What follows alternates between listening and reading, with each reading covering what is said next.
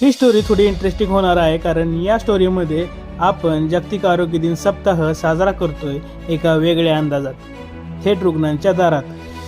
आजच्या स्टोरीची सुरुवात झाली परवा, म्हणजेच 1 एप्रिल 2026 रोजी.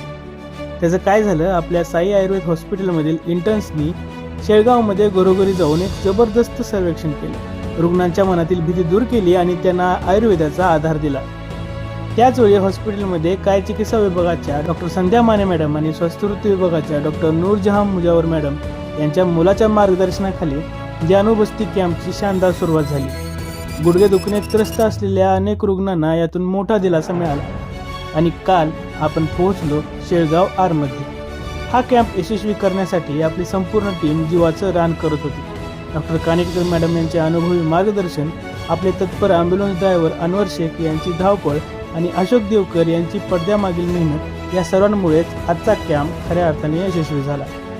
जागतिक आरोग्य दिनानिमित्त केवळ भाषणं नाही, तर प्रत्यक्ष कृतीतून आपण ही जनजागृती केली. रुग्णांच्या चेहऱ्यावरील ते समाधान पाहिलं की वाटतं आपण योग्य मार्गावर आहोत.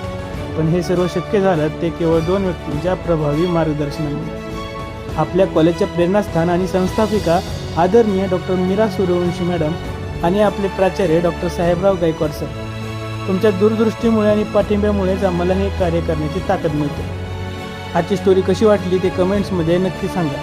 हा व्हिडिओ जास्तीत जास्त शेअर करा आणि आम्हाला सबस्क्राईब आणि फॉलो करायला विसरू नका.